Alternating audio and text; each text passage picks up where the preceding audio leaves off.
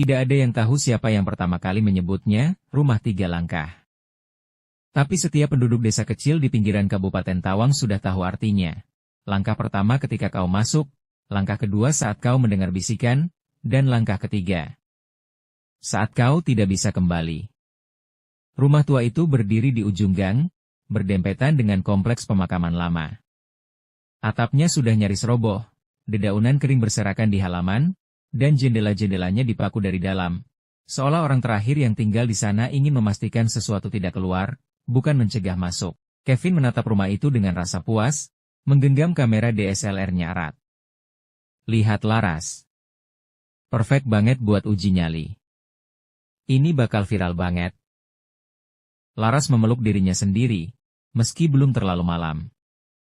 Angin di sekitar rumah itu memang aneh. Tidak terlalu dingin, tapi menyesakan.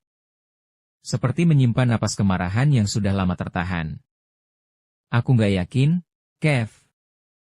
Rumah ini beneran punya reputasi buruk. Justru itu, timpal Dimas dari belakang. Rumah-rumah yang punya legenda, yang bikin orang penasaran. Viewers kita suka yang kayak gini. Nina hanya tersenyum kaku. Dia penggemar horor, tapi baru kali ini ikut syuting langsung. Entah kenapa, langkahnya terasa berat. Seolah ada yang menahan kakinya di tanah saat ia mendekat ke pagar rumah. Di kejauhan, suara langkah sandal diseret pelan terdengar. Seorang pria tua mendekat, membawa lentera kecil dan topi anyaman. Pak Harun, penjaga makam yang sering disebut tukang peringatan oleh anak-anak muda. Nah, kalian bukan yang pertama yang nyoba ini. Tapi mungkin bisa jadi yang terakhir. Kevin menoleh. Tenang, Pak. Kami nggak macam-macam. Cuma mau rekam aja buat konten. Rumah ini udah dikunci dari dalam. Bukan manusia yang dikunci. Tapi sesuatu yang nggak bisa dibakar, nggak bisa dikubur. Maksudnya? Dulu pernah ada keluarga tinggal di sini. Ibu, ayah, anak. Tengah malam, sang ibu membakar dirinya sendiri di depan cermin itu. Tapi nggak mati. Mayatnya nggak bisa busuk. Cerminnya nggak bisa dipecah. Suasana mendadak senyap. Bahkan angin malam ikut diam. Pak Harun menatap Kevin dengan sorot dalam. Kalau kalian masuk, jangan percaya sama apa yang kalian lihat. Tapi juga, jangan abaikan suara yang kalian dengar. Karena saat kalian dengar langkah ketiga, artinya mereka udah nempel sama kalian. Pukul 22.40 waktu Indonesia Barat, langit malam menurunkan kabut tipis, dan hawa dingin terasa semakin menggigit ketika Kevin menyiapkan kamera DSLR-nya di atas tripod. Cek, cek. Audio masuk? Tanya Dimas sambil mengetuk mikrofon klip-on kecil yang terpasang di kerah bajunya. Masuk. Cek sound aman. Kamera rolling dalam 5 menit, jawab Kevin. Ia mengatur sudut pengambilan gambar agar latar belakang rumah tua yang menjulang itu terekam jelas. Rumah tersebut tampak seperti monster tua yang mengintai mereka dari balik jendela.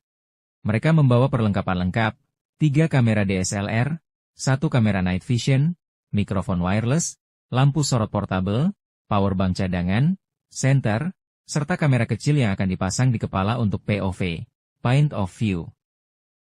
Dimas juga menyiapkan laptop untuk monitor live chat agar mereka bisa membaca komentar penonton secara langsung. Laras berdiri agak jauh, sambil memeluk tubuhnya sendiri. Ia mengenakan jaket tebal, tapi dingin yang merambat ke tulangnya bukan dingin biasa. Nina menghampirinya, menyodorkan termos kecil berisi coklat panas. Kamu gemetar banget, Ras. Gak apa-apa, Laras tersenyum tipis. Kayaknya rumah ini kayak ngeliatin kita. Nina menoleh ke arah rumah. Sekilas, ia melihat tirai di lantai atas bergoyang. Tapi tak ada angin. Ia menelan ludah. Tepat pukul 23, Kevin berdiri di depan kamera utama. Oke, teman-teman semua yang nonton di rumah, selamat datang di episode spesial, Uji Nyali Terakhir. Malam ini, gue, Kevin, bareng tim, Dimas, Laras, dan Nina, bakal masuk ke salah satu rumah paling angker di Pulau Jawa. Katanya, ini rumah minta tumbal. Bener nggak? Kita buktiin bareng-bareng. Penonton mulai membanjiri live stream. Jumlahnya naik drastis. 12.000. 19.000. Lalu 25.000 hanya dalam 5 menit. Kevin, kamu yakin mau masuk duluan? Tanya Dimas sambil mengarahkan kamera POV ke kepala Kevin. Yakin. Kalau gue yang takut, penontonnya juga ikutan takut. Gue harus jadi contoh, santai aja gak seserem itu kok. Pintu rumah didorong perlahan. Berderit panjang, seperti suara tulang yang dipaksa bangun dari kubur. Aroma apak dan busuk langsung menerpa wajah mereka. Mereka masuk satu persatu. Kevin di depan, diikuti Nina, Dimas, lalu Laras paling belakang. Interior rumah itu gelap, dinding penuh lumut dan coretan samar. Ada yang tertulis, jangan buka cerminnya. Mereka tertawa. Kevin mendekati tulisan itu dan menyorotinya dengan senter. Tulisannya dramatis banget. Cocok buat sinetron. Mereka mulai mengeksplor. Kamera berpindah dari ruang tamu, dapur, hingga tangga menuju lantai 2. Semua ruangan ditutupi debu, kecuali satu benda, cermin besar berbingkai hitam di tengah ruang tamu. Ini dia, guys. Katanya cermin ini nggak bisa dipecahin. Tapi ya. Coba aja lihat muka gue, pasti langsung retak. Hahaha, canda Kevin. Komentar live chat ramai, jangan bercanda di depan cermin. Kevin kebanyakan nonton film horor nih. Please jangan bangunin yang di dalam cermin. Dimas terkekeh. Penonton kita parnoan semua. Pukul 23.40. Kamera night vision mulai aktif. Laras ditugaskan membaca komentar sambil duduk di kursi rotan di dekat jendela. Nina memeriksa suhu dengan alat thermal. Tiba-tiba, lampu sorot portabel mati sendiri. Gelap total. Kenapa ini? Tanya Dimas, mencoba menyalakan ulang. Senter Kevin juga ikut mati. Powerbanknya masih penuh, gumam Nina. Saat itulah mereka mendengarnya. Langkah kaki. Perlahan. Berat. Datang dari arah tangga. 1 langkah. 2 langkah. Lalu. Langkah ketiga. Tapi mereka semua berdiri di ruang tamu. Tidak ada yang naik ke lantai 2. Laras mulai menangis pelan. Aku dengar. Aku dengar itu. Bukan kita. Komentar live chat mendadak meledak, ada yang di tangga. Zoom ke belakang Kevin. Cepat lari. Dimas mengarahkan kamera ke tangga. Sosok putih terlihat berdiri di anak tangga ketiga. Tak bergerak. Berambut panjang. Wajahnya tak tampak. Kevin menelan ludah. Oke, guys. Sepertinya kita baru saja mulai. Dan layar live stream bergetar. Gambar jadi blur. Tapi suara langkah tetap terdengar. Perlahan. Mendekat. Kevin melangkah mundur perlahan, tapi kameranya tetap mengarah ke sosok di tangga. Sosok itu masih diam, tak bergeming. Namun tiba-tiba, terdengar suara dari arah cermin. Tangisan bayi. Pelan. Menusuk. Nina menoleh cepat. Cermin besar itu kini tidak memantulkan ruang tamu, melainkan menampilkan gambaran kamar tidur tua. Di dalamnya, terlihat seorang wanita berambut panjang duduk membelakangi mereka sambil mengguncang-guncang sesuatu yang menangis. Kevin. Itu. Di cermin, bisik Nina gemetar. Kevin menoleh. Kamera night vision langsung diarahkan ke cermin. Astaga. Itu bukan pantulan kita. Seketika, wanita di dalam cermin menoleh. Wajahnya rusak. Matanya hitam seluruhnya, dan darah menetes dari bibirnya. Ia menatap langsung ke arah kamera. Live chat kembali meledak. Gue lihat. Ada wanita di cermin. Dia lihat kita. Dia lihat kita semua. Matikan live-nya. Tiba-tiba, senter Dimas menyala sendiri, mengarah ke sudut ruangan. Di sana, sesuatu mulai muncul dari balik lemari tua. Sosok pocong. Ia tak melompat, ia melayang perlahan, muncul perlahan-lahan, seperti sedang menunggu waktu yang tepat untuk menyentuh mereka. Dimas panik, mundur beberapa langkah, lalu terjatuh. Sosok pocong itu berhenti di dekatnya. Jangan. Jangan dekat-dekat, teriak Dimas. Tiba-tiba, tubuh Dimas terangkat sendiri. Kamera night vision merekam dengan jelas saat ia dilempar ke dinding dengan keras. Kerak! Suara tulangnya menghantam tembok. Ia jatuh dalam posisi tak bergerak. Darah keluar dari kepalanya. Dimas, teriak Kevin. Nina berlari ke arah Dimas, tapi sebelum sempat menyentuhnya, ia terhuyung. Tiba-tiba, ia memuntahkan darah hitam ke lantai. Banyak. Terlalu banyak untuk ukuran manusia biasa. Laras berteriak histeris. Tapi suaranya berubah. Tertahan. Tercekik. Kemudian, matanya melotot. Ia duduk diam, tubuhnya kaku. Mulutnya bergerak sendiri, seperti ada yang sedang berbicara lewat dirinya. Kalian yang datang malam ini. Sudah dipilih. Pulang tidak akan membuatmu selamat. Kevin mencoba menyentuh bahu Laras, tapi ia tersentak ke belakang seperti disetrum. Cermin kembali berubah. Kali ini, hanya pantulan ruangan kosong. Tapi suara wanita dari dalam terus terdengar. Ayo. Gantian masuk ke dalam sini. Sosok pocong kini tidak terlihat. Tapi aroma busuk memenuhi seluruh ruangan. Live chat membeku. Banyak yang menulis, gue mual liatnya. Gue juga muntah. Kenapa gue bisa cium bau busuknya juga? Kevin sadar satu hal, bukan hanya mereka berempat yang sekarang berada dalam rumah itu. Penonton juga. Sudah ikut masuk. Teriakan Nina menggema di lorong rumah yang gelap dan bau apak. Tubuhnya gemetar hebat, matanya menatap ke arah tempat Dimas tadi terlempar. Dia belum bergerak sejak membentur tembok. Darah mengalir dari pelipisnya. Dimas? Dimas. Laras berlari menghampirinya, memegang pundaknya yang dingin dan tak merespons. Kevin berusaha membuka pintu depan dengan senter di genggaman. Ia memutar knop, menarik, menendang, tak ada yang berhasil. Pintu seperti menyatu dengan dinding. Senter Nina berkedip-kedip.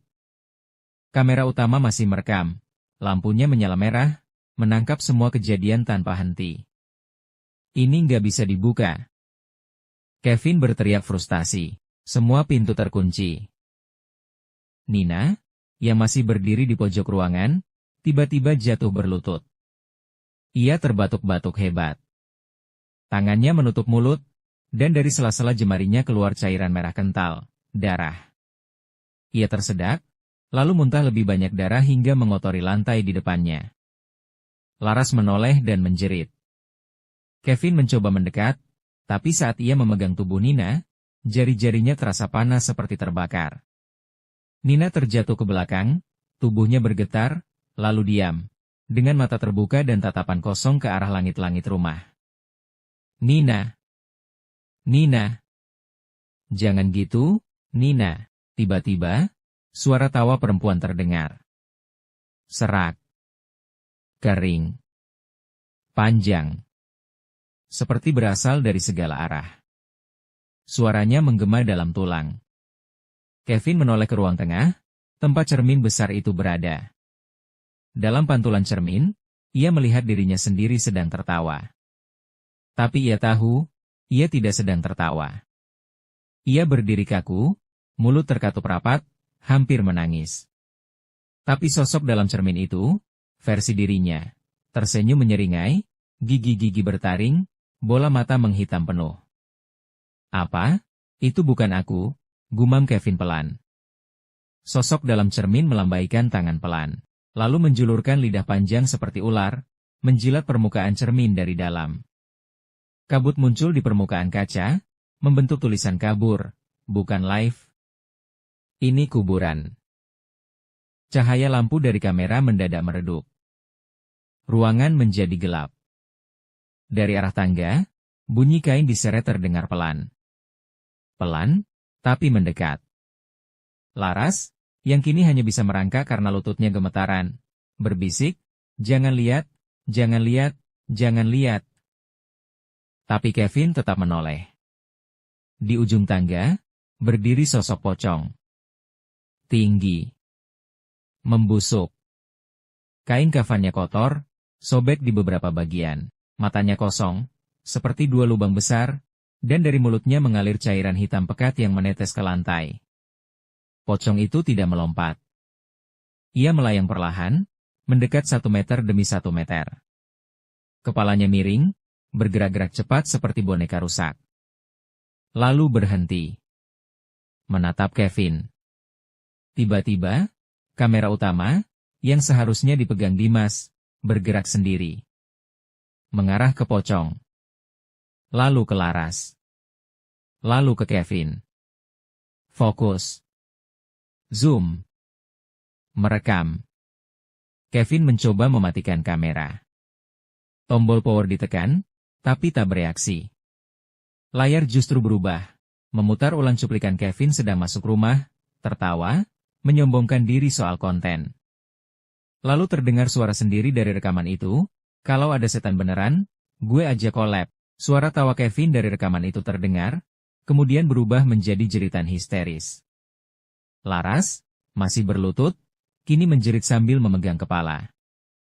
Matanya memutih. Mulutnya bergerak cepat seperti membaca sesuatu, tapi tak ada suara keluar. Tubuhnya bergetar keras. Lalu, Ibu, tolong." Ia berbisik lirih. "Jangan bakar aku lagi. Jangan, aku nggak bisa mati." Laras bukan lagi Laras. Dia, kerasukan. Suaranya berubah. Suara perempuan parubaya, parau, seolah bicara dari dalam air. Ia menatap Kevin, mata kosong, senyum gila.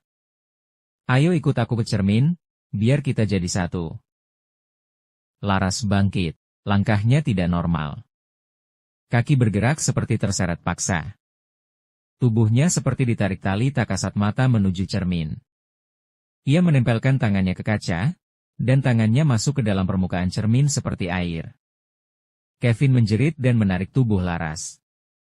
Tapi semakin ditarik, tubuh Laras semakin masuk ke dalam cermin. Sampai akhirnya, suara kaca pecah terdengar, dan Laras menghilang. Cermin tetap utuh. Tapi pantulan Kevin sekarang berdiri sendirian. 3 rekannya sudah tak ada. Di belakang pantulannya, berdiri sosok kuntilanak, berambut panjang, putihnya gaun sudah lusuh merah darah, wajahnya hancur sebelah. Sosok itu menyeringai, lalu menatap langsung ke kamera. Tertawa. Kevin jatuh terduduk. Tangannya berdarah karena mencakar lantai. Kamera terus merekam, tetap hidup meski Kevin mencoba mematikannya berulang kali. Tiba-tiba, semua lampu padam. Suara-suara aneh bergema dari segala sudut. Suara bisikan, derap langkah kaki, suara kain diseret, jeritan dari arah dapur, tawa bayi, dan deru napas berat tepat di belakang Kevin. Kevin menoleh, dan wajahnya hampir menempel pada wajah hancur kuntilanak itu. Livestream berakhir pukul 3.09 dini hari. Tiba-tiba, layar menjadi hitam. Tapi sebelum benar-benar mati, terlihat sekelebat wajah Kevin, dengan kedua matanya tercungkil, mulut terbuka, darah menetes dari rahang. Lalu layar hitam. Pagi itu, kabut belum juga mengangkat dari halaman rumah angker di ujung desa Tawang. Pak Harun, penjaga makam, berdiri membatu di depan gerbang besi berkarat, menatap rumah itu tanpa berkedip. Ada sesuatu yang berubah. Udara lebih dingin. Lebih berat. Seolah malam tadi, rumah itu memakan sesuatu. Tepat pukul 5.47 pagi, seorang warga menemukan Laras berjalan tak tentu arah di pematang sawah belakang rumah angker. Bajunya sobek, tubuhnya penuh luka gores, dan yang paling aneh, matanya memandang kosong ke langit, tidak berkedip selama 3 jam. Petugas polisi dari Polsek Tawang tiba tak lama setelah laporan diterima. Kita terima laporan anak-anak ini mau syuting uji nyali, kata Kapolsek. Tapi yang kami temukan cuma satu. Dan dia nggak bisa bicara. Laras dibawa ke RS jiwa di kota. Diagnosis awal, trauma berat dan gangguan stres akut. Tapi yang membuat para dokter heran, detak jantung Laras turun drastis setiap pukul 3.09 dini hari. Waktu yang sama dengan berakhirnya live stream. Petugas kemudian menuju rumah itu, mencari sisa-sisa peralatan, kamera, dan tanda-tanda keberadaan Kevin, Nina, dan Dimas. Tapi, tak ada satupun dari mereka yang ditemukan. Tidak ada mayat. Tidak ada jejak darah. Tidak ada kamera. Yang tersisa hanya satu tripod kosong di ruang tengah, menghadap langsung ke cermin besar yang kini retak halus di sudut bawah. Pihak berwenang dan komunitas internet segera mencari rekaman live stream yang konon sempat disiarkan di YouTube dan TikTok. Ribuan penonton sempat menyaksikan, bahkan ada yang mengunggah klip pendek reaksi mereka. Tapi satu persatu, video itu hilang. Channel Kevin mendadak tak bisa diakses. Server YouTube mencatat kesalahan sistem, dan link TikToknya membawa ke halaman kosong. Yang tersisa hanyalah jejak digital, komentar kosong, thumbnail buram, dan satu-satunya screenshot yang berhasil diselamatkan, gambar Kevin sedang tersenyum kaku di depan rumah, dengan caption, "Uji nyali terakhir." Beneran terakhir. Beberapa netizen berspekulasi soal hoax, teori marketing, atau prank. Tapi sebagian yang menyaksikan siaran asli, mengaku mengalami kejadian aneh setelah menonton. Seorang gadis bernama Tiwi, 17 tahun, mengaku tak bisa tidur 3 malam berturut-turut setelah menonton live stream tersebut. Setiap jam 3.09, saya dengar langkah kaki dari arah cermin kamar. Selalu 3 langkah. Kalau saya tutup mata, saya mimpiin cowok yang matanya bolong. Dia bilang, "Nonton sampai habis, ya?" Seorang pria bernama Andre, editor konten horor, mencoba mengunduh siaran ulang dari cache browser. Tapi laptopnya langsung mati total dan mengeluarkan bau gosong. Istrinya menemukannya pagi hari, duduk diam di depan layar gelap, dengan tangan menutupi kedua mata. Ketika dibuka paksa, matanya berdarah, dan kedua bola matanya menghitam. 3 minggu setelah kejadian, akun anonim di forum gelap mengunggah sebuah postingan berjudul, "Votage terlarang, jangan tonton lebih dari 7 menit." Isinya adalah rekaman lengkap live stream Kevin dan teman-temannya, namun dengan kualitas lebih tajam. Dalam rekaman itu, wajah para penonton muncul samar di cermin, seolah mereka juga ada di sana. Satu forumer memberanikan diri menonton sampai habis. Komentarnya terakhir adalah, "Cermin kamar saya berkabut." Ada tulisan, "Giliranmu." Akun itu tidak pernah aktif lagi.